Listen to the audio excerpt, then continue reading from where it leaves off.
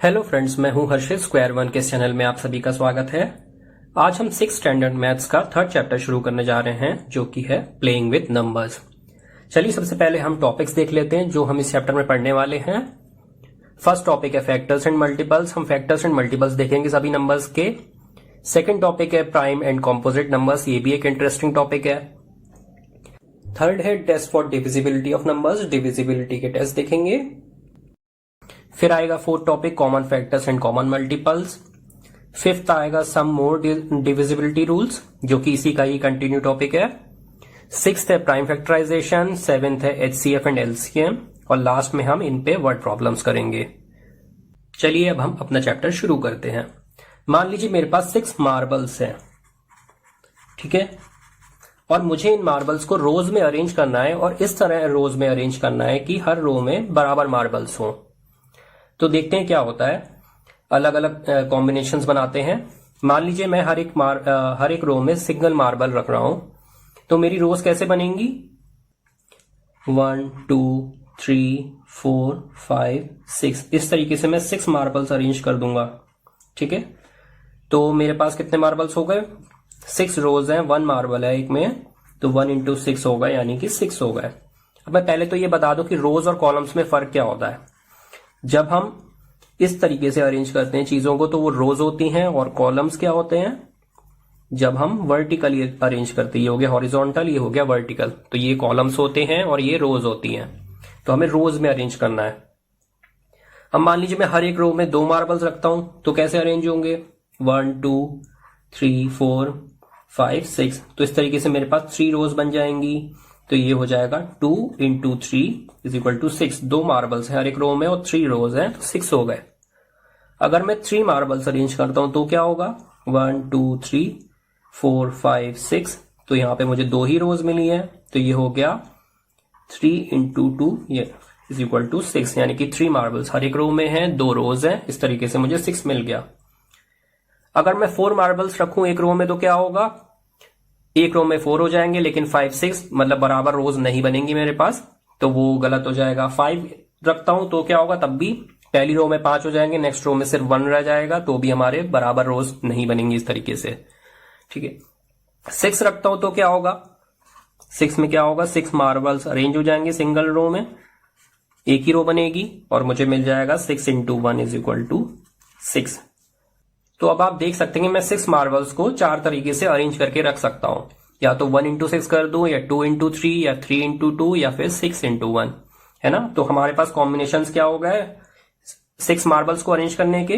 1 into 6, 2 into 3, 3 into 2 और 6 into 1। अब आप कुछ देख सकते हैं कि ये 6 इंटू 1 और 1 इंटू 6 सेम नंबर्स हैं इनमें। 2 इंटू 3 और 3 इंटू 2 ये भी सेम नंबर्स है ना आपस में। इन दोनों पेयर्स को देख के मैं ये कह सकता हूं कि 1 एंड 6 एग्जैक्टली डिवाइड 6, ठीक है। 1 और 6 को पूरी तरीके से डिवाइड कर रहे हैं, क्योंकि ये इनकी टेबल में आ रहा है। और इन दोनों पेयर्स को देख के मैं ये कह सकता हूं कि 2 एंड 3 एग्जैक्टली डिवाइड 6, ठीक है। तो 2 और 3 इन दोनों पेयर्स की वजह से 6 को पूरी तरीके से डिवाइड कर रहे हैं, क्योंकि इनको मल्टीप्लाई करने पे 6 मिल रहा है हमें। तो इन दोनों कॉम्बिनेशन से, इन दोनों बातों से हम ये कह सकते हैं कि 1 2 3 और 6 आर एग्जैक्ट डिवीजर्स ऑफ 6।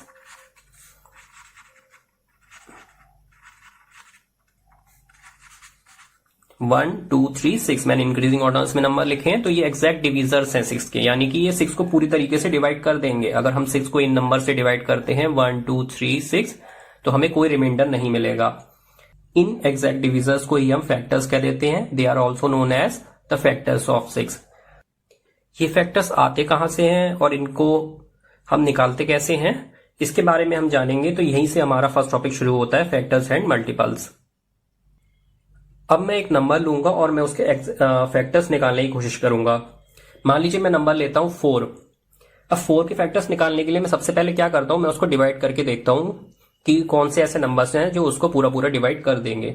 मान लीजिए मैं 4 को सबसे पहले 1 से डिवाइड करता हूं, तो 1 4 जा 4, रिमाइंडर आ गया 0, यानी कि हम 1 को ऐसे लिख सकते हैं 1 इंटू 4 इज इक्वल टू 4।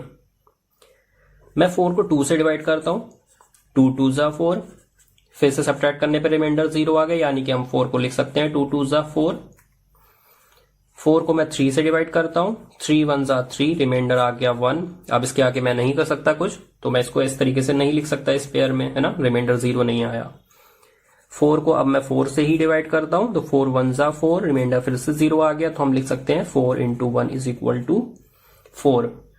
तो ये जो 3 कॉम्बिनेशंस निकले हमें, 1 इंटू 4, 2 2 जा 4 और 4 इंटू 1 इज इक्वल टू 4, ये जो 3 कॉम्बिनेशंस निकले, इनसे हमें पता चलता है कि 1 2 and 4 are exact divisors of 4, या फिर 1 2 एंड 4 आर फैक्टर्स ऑफ 4। मैंने आपको बताया था ना कि एग्जैक्ट डिविजर्स को या फैक्टर्स कहते हैं। तो यहां से हमने देख लिया कि ये 1 2 और 4 ये ऐसे नंबर्स हैं जो 4 को पूरी तरीके से डिवाइड कर रहे हैं, रिमाइंडर हमें 0 दे रहे हैं यहाँ पे तीनों केसेस में।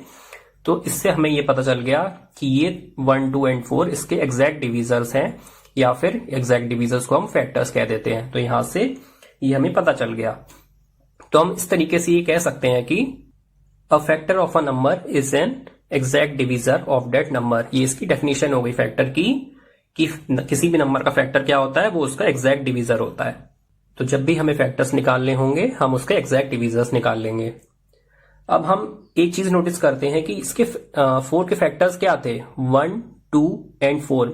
यहां पे आप देख सकते हैं कि 1 2 एंड 4 ये तीनों या तो 4 से छोटे हैं या उसके बराबर है ना, 1 एंड 2 4 से छोटे हैं और 4 के इक्वल ही है। तो इससे एक हम और मैंने इससे पहले जो एग्जांपल आपको दिया था 6 का, उसमें मैंने लिखा था 1 2 3 एंड 6 आर फैक्टर्स ऑफ 6।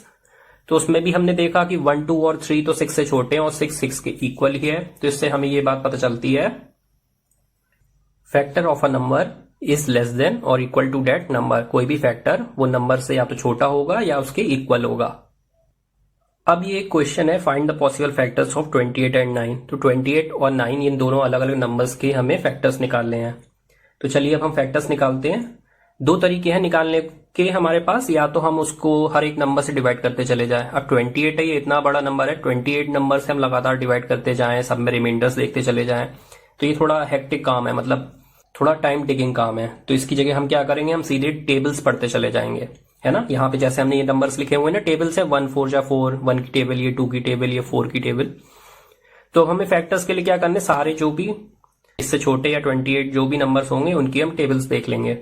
तो अब 28 किस किस की टेबल में आता है, पहले तो 1 की टेबल में आता है, 1 इंटू 28 इज इक्वल टू 28। फिर 2 इंटू 14 इज इक्वल टू 28। फिर 3 की टेबल में नहीं आता, 4 की टेबल में आता है, 4 इंटू 7 इज इक्वल टू 28।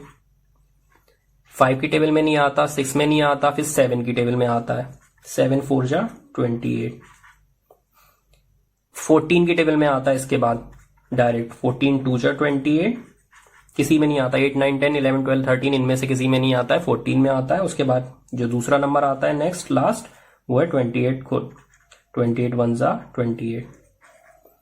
अब आप ये देखिए 1 2 4 7 14 28 और इधर नंबर्स बने 1 2 4 7 14 28, ये कॉम्बिनेशंस बने हैं।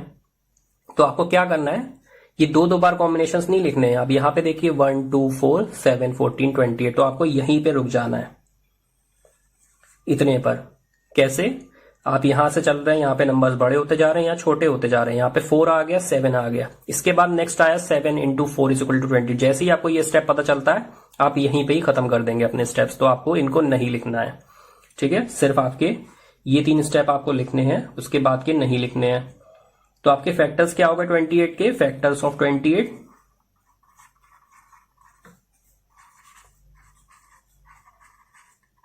वो हो गया 1 2 4 फिर 7 फिर 14 एंड 28, ये इसके फैक्टर्स हो गए।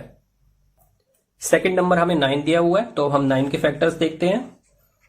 1 इंटू 9 इज इक्वल टू 9, 1 की टेबल में आता है, फिर 2 में नहीं आता है ना, 2 4 जा 8, 2 5 जा 10, तो 9 नहीं आ रहा। 3 3 जा 9, ये आता है। अब हम यहाँ पे आ गए, फिर इसके बाद आता है 9 1 जा 9। अब देखिए दोबारा यहाँ पे 9 1 जा 9 आ गया, तो आपको यहीं पे ही रुकना है, इसके बाद ये स्टेप लिखने की जरूरत नहीं है। क्यों, क्योंकि यहाँ पे 3 और 3 जब सेम नंबर आ गया तो यहीं पे आपको रुक जाना है। देखना क्या है कि नंबर्स यहाँ पे बढ़ रहे हैं फैक्टर्स, और यहाँ पे छोटे होते जा रहे हैं, ठीक है। यहाँ पे भी बढ़ रहे हैं, यहाँ पे छोटे होते जा रहे हैं। या तो इसका मतलब ये कि हम एक ऐसी पोजीशन पे आ रहे हैं जहां पे नंबर्स बहुत क्लोज हो जाएंगे आपस में। जैसे कि ये 1 से बढ़ते बढ़ते 4 आ गया, 28 से कम होते होते 7 पे आ गया।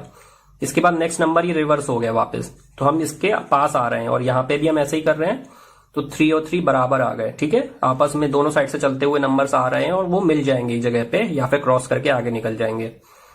जब सेम ही नंबर लिखने हैं तो हमें उनके आगे नहीं बढ़ना है। 3 3 9, जैसे ही सेम नंबर मिला आप यहीं रुक जाएंगे इस स्टेप में।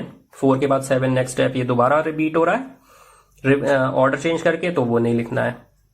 यहां पे हमें फैक्टर्स क्या मिले, 1 और 3 और 9 ये मिल गए। फैक्टर्स ऑफ 9 क्या हो गए, 1 3 एंड 9, ये हमारे 9 के फैक्टर्स हो गए। तो ये मैं आपको फर्स्ट क्वेश्चन दे रहा हूं जो आपको खुद से ट्राई करना है। Find the possible factors of 30, 18 and 45। इस तरीके से आपको ये टेबल्स लिखनी है जिनमें भी ये नंबर्स आ रहे होंगे 13, 18, 45, एक एक करके इनको डील करना है, फिर उनके फैक्टर्स लिख देने हैं। हमने ये देखा कि जो भी नंबर्स मल्टीप्लीकेशन के फॉर्म में लिखे होते हैं वो उस नंबर के फैक्टर्स हो जाते हैं, है ना। जैसे कि ये 6 है, 2 इंटू 3, तो यहाँ पे ये 2 और 3 इसके फैक्टर्स हो गए, दे आर फैक्टर्स ऑफ 6। इनका तो नाम हो गया कि ये 6 के फैक्टर्स हैं। तो 6 क्या है, 6 का भी तो कोई नाम होना चाहिए। तो 6 का नाम है मल्टीपल। और ये किसका मल्टीपल है, ये इन दोनों नंबर्स का मल्टीपल है, 2 और 3 का। तो मल्टीपल ऑफ 2 एंड 3, ये हम कह सकते हैं कि जो भी नंबर ये मल्टीप्लाई होने पे प्रोडक्ट हमें मिल रहा है वो उन नंबर्स का मल्टीपल होता है। यहाँ पे 2 और 3 6 के फैक्टर्स हैं, तो यहाँ पे 6 2 और 3 का मल्टीपल है। देखते हैं कि ये मल्टीपल्स निकलते कैसे हैं। मैं 3 के मल्टीपल्स निकालने की कोशिश करता हूं। 3 इंटू 1 इज इक्वल टू 3 होता है। 3 इंटू 2 6 होता है। 3 3 जा 9 होता है। 3 4 जा 12 होता है। ये सब क्या है, ये यहाँ पे क्या निकल रहा है राइट साइड में, ये सब इसके मल्टीपल्स हैं। किसके, 3 के। 3 1 जा 3, 3 2 जा 6, तो ये सब क्या है, ये सब 3 के मल्टीपल्स निकल रहे हैं, है ना। 1 के, 2 के, 3 के, 4 के, इनके भी मल्टीपल्स हैं, पर अभी हम 3 की बात कर रहे हैं, तो हम सिर्फ 3 के मल्टीपल्स निकाल रहे हैं। मैं क्या कर रहा हूं, 3 को पहले 1 से मल्टीप्लाई करा, फिर 2 से, फिर 3 से, ये 4 से। तो ये हो गए इसके फर्स्ट 4 मल्टीपल्स, पहले 4 मल्टीपल्स। क्यों, क्योंकि मैंने 1 से शुरू करा यहाँ पे, 1 2 3 4। तो अगर मैं इन नंबर्स को लिखता हूं 3 6 9 12, दे आर मल्टीपल्स ऑफ 3।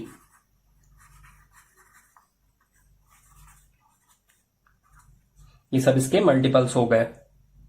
एक चीज जो देखने वाली बात है वो ये है कि सारे ही मल्टीपल्स आप देख सकते हैं कि या तो 3 है या 3 से बड़े नंबर्स हैं। तो हमें इसको देख के ये बात पता चलती है, multiple of a number is greater than और equal to the given number. यानी कि हम कह सकते हैं कि मल्टीपल जो है किसी नंबर का वो या तो उसके बराबर होगा या उससे बड़ा होगा, है ना। 3 बराबर है और 6 9 12 इससे बड़े हैं। ये फैक्टर्स का ऑपोजिट होता है। फैक्टर्स में हमने देखा कि फैक्टर क्या होता है, या तो नंबर से वो छोटा होता है या उसके बराबर होता है ना। जबकि मल्टीपल्स क्या होते हैं, वो नंबर से या तो बड़े होते हैं या उसके बराबर होते हैं। तो मल्टीपल्स बड़े की तरफ जा रहे होते हैं और फैक्टर्स जो हैं वो पीछे की तरफ जाते हैं। चलिए अब हम एक क्वेश्चन करते हैं, राइट 5 मल्टीपल्स ऑफ 4। हमें 4 के 5 मल्टीपल्स निकालने हैं। अब जब हमें फैक्टर्स निकालने होते हैं तो हम क्या करते हैं, छोटा नंबर 1 से स्टार्ट करते हैं, टेबल्स पढ़ना शुरू कर देते हैं। मल्टीपल्स में क्या करना है, मल्टीपल्स में भी हम टेबल पढ़ेंगे पर किसी और नंबर की नहीं है, छोटे नंबर की नहीं पढ़ेंगे, हम सिर्फ और सिर्फ 4 की पढ़ेंगे। 4 1 जा 4, 4 2 जा 8, 4 3 जा 12, 4 4 जा 16, 4 5 जा 20। ये इसके 5 मल्टीपल्स हो गए। ठीक है, सिर्फ 5 मल्टीपल्स निकालने को बोला इसलिए हमने 5 तक टेबल पढ़ी।